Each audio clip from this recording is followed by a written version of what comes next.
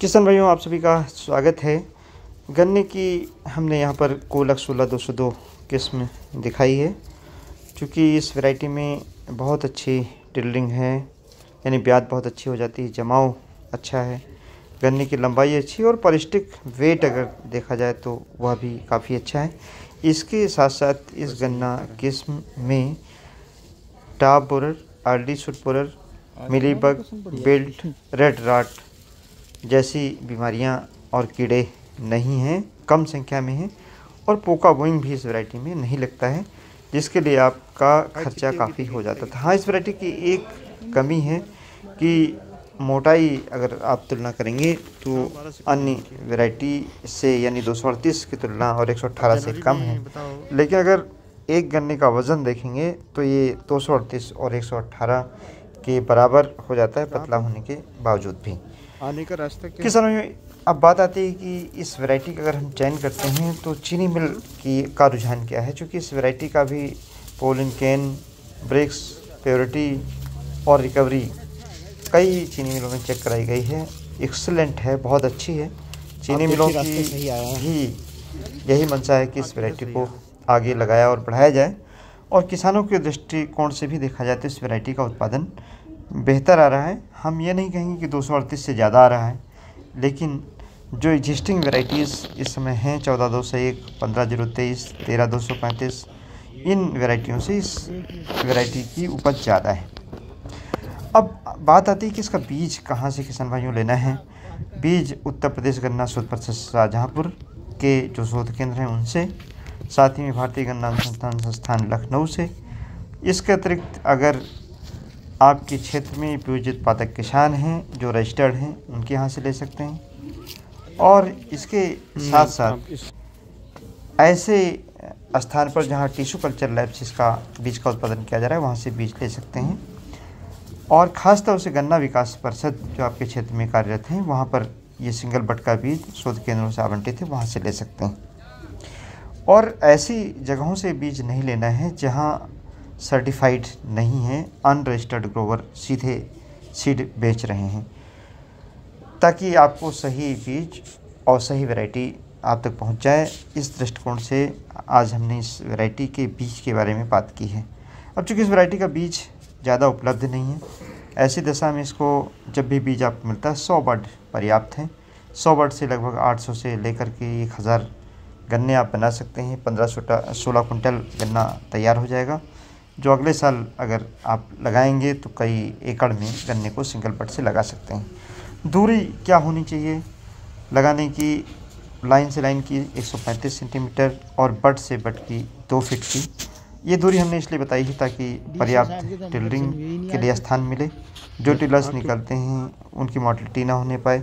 लगाते समय ध्यान रखें जहाँ पानी यानी इरिगेशन की फैसिलिटी आपके पास हो, अच्छी तरीके से सिंचाई कर सकते हैं, वहाँ पर इस वैरायटी को लगाएं तो ये वैरायटी बेहतर चलेगी और बीज आपको पर्याप्त मात्रा में मिल जाएगा। किसान भाइयों, अगर वैरायटी के करैक्टर की हम बात करते हैं तो नीचे से ऊपर तक गन्ना लगभग एक समान है, और इसका जो ओरिएंटेशन देखा जाए, लीफ का ओरिएंटेशन, वो बिल्कुल ऊपर की पत्तियां ऊपर की तरफ हैं और जो नीचे की हैं वो ड्रूपिंग भी दिखती हैं। इस तरीके से अगर देखें तो फोटोसिंथेसिस वैरायटी का बेहतर है और आखिरी तक गन्ने का गोला हरा बना रहता है, जिससे ग्रोथ लगातार इस वैरायटी की होती रहती है। या दूसरे शब्दों में कहें तो डिट्रेशन इस वैरायटी का नहीं होता है। इस लिहाज से वैरायटी काफ़ी बेहतर देखी जा रही है कि इसका उत्पादन बहुत अच्छा प्राप्त किया जा सकता है। किसान भाइयों, गन्ने की बहुत सी वैरायटियाँ डेवलप हुई हैं, लेकिन इस वैरायटी में एक ख़ास बात और भी है। अगर 15-023 से हम इस वैरायटी को कंपेयर करते हैं तो 15-023 को जंगली जानवर बहुत नुकसान करते हैं, लॉजिंग बहुत है, तो इसकी तुलना में इसमें लॉजिंग कम है और जंगली जानवर भी कम नुकसान करते हैं। इसके अतिरिक्त अगर अगोले की बात करें, अगोला अच्छा है, अगोले में कोई कांटे नहीं, स्पाइंस नहीं हैं, जिससे चारे के रूप में जहाँ अगोला यूज़ किया जाता है उस एरिया के लिए भी ये वैरायटी अच्छी है। जल प्लावन जो क्षेत्र हैं, चूँकि 94-184 इसकी पेरेंटेज में है, तो जल प्लावित क्षेत्र में हम ये नहीं कहेंगे कि जहाँ बहुत पानी भरता है वहाँ लगा सकते हैं, लेकिन हाँ, अगर हम कंपेयर करते हैं 15-023 और 13-235 की अपेक्षा, तो इसको उस कंडीशन में भी लगा सकते हैं और साथ ही में स्ट्रेस कंडीशन में भी इस वैरायटी को लगाया जा सकता है, चूँकि पतली वैरायटी है। अगर हम हार्वेस्टिंग की बात करते हैं तो इस वैरायटी में सेमी ऑटो रिट्रेसिंग क्वालिटी है, उतनी नहीं है जितनी 238 में थी।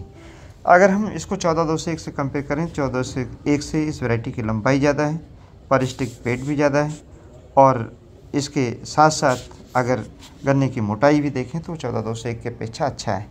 13-235 से अगर कंपेयर करते हैं, 13-235 में चूँकि खड़े गन्ने में स्प्राउटिंग हो जाती है, जड़ें फूट जाती हैं, लाजिंग हो जाती है, बोरर की समस्या 13-235 में है, लेकिन इस वैरायटी में ये सारी समस्याएं नहीं हैं। अगर इस वैरायटी को हम 118 और 238 से कंपेयर करते हैं तो इस लिहाज से वैरायटी बेहतर है कि इसमें, जैसा कि मैंने शुरुआत में बताया, कि early suit borer, top borer, Coca Boeing, mealybug, scale insect, इनकी संख्या कम है, जिससे जो खेती की लागत है, गन्ने की खेती की लागत, वह इस वैरायटी की काफ़ी कम होगी और एक तरीके से विष मुक्त खेती आप कर सकते हैं अगर इस वैरायटी को लगाते हैं। तो इस लिहाज से भी गन्ने की कोलख 16-202 जो किस्म है, ये काफ़ी बेहतर है।